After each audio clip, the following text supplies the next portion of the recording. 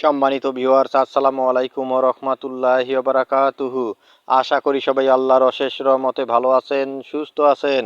এই চ্যানেলে আরেকটি নতুন গুরুত্বপূর্ণ ভিডিওতে আপনাদের সবাইকে স্বাগতম।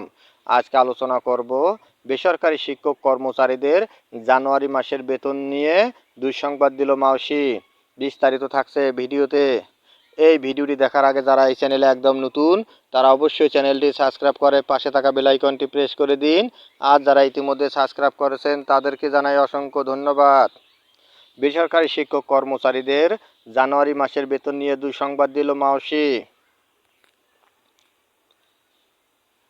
বেসরকারি শিক্ষা প্রতিষ্ঠানে কর্মরত এমপিওভুক্ত শিক্ষক কর্মচারীদের জানুয়ারি মাসের বেতন চলতি সপ্তাহে দেওয়ার কথা থাকলেও সেটি হচ্ছে না।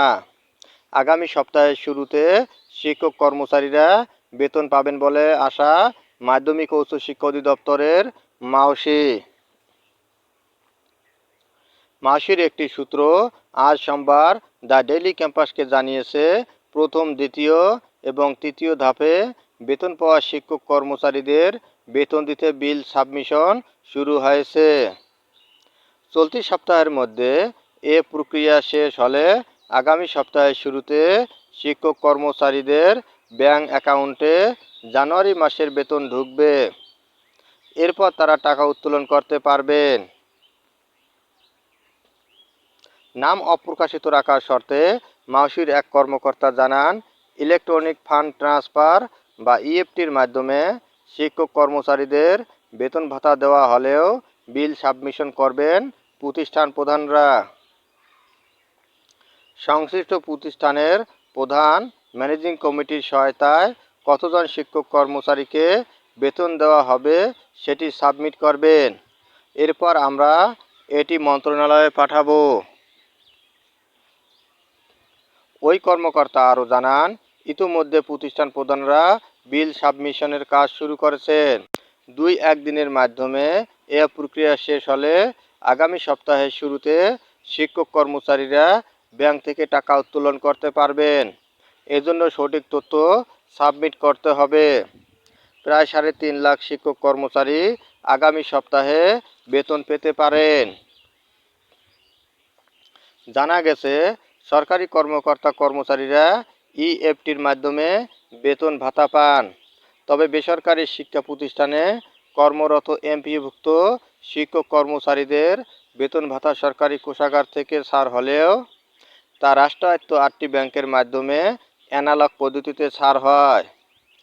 এই অর্থ তুলতে শিক্ষকদের নানা ভোগান্তিতে পড়তে হতো। ব্যাংকগুলোর মাধ্যমে বেতন ভাতা ছাড়ের জন্য কয়েক পর্যায়ে অনুমোদন সহ সংশ্লিষ্ট কাজে অনেক ক্ষেত্রেই এমপিওভুক্ত শিক্ষকদের বেতন ভাতা পেতে দেরি হয়। অনেক সময় পরের মাসের 10 তারিখের পরও আগের মাসের বেতন ভাতা জোটে।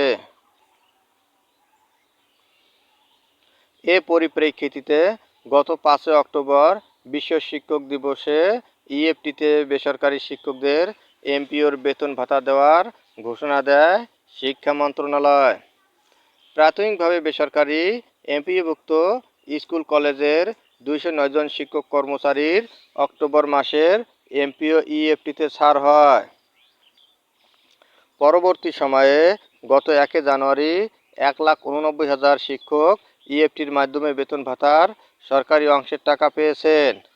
দ্বিতীয় ধাপে 66,000 এবং তৃতীয় ধাপে 84,700 শিক্ষক কর্মচারী ইএফটির মাধ্যমে ডিসেম্বর 2024 মাসের বেতন ভাতা পেয়েছেন।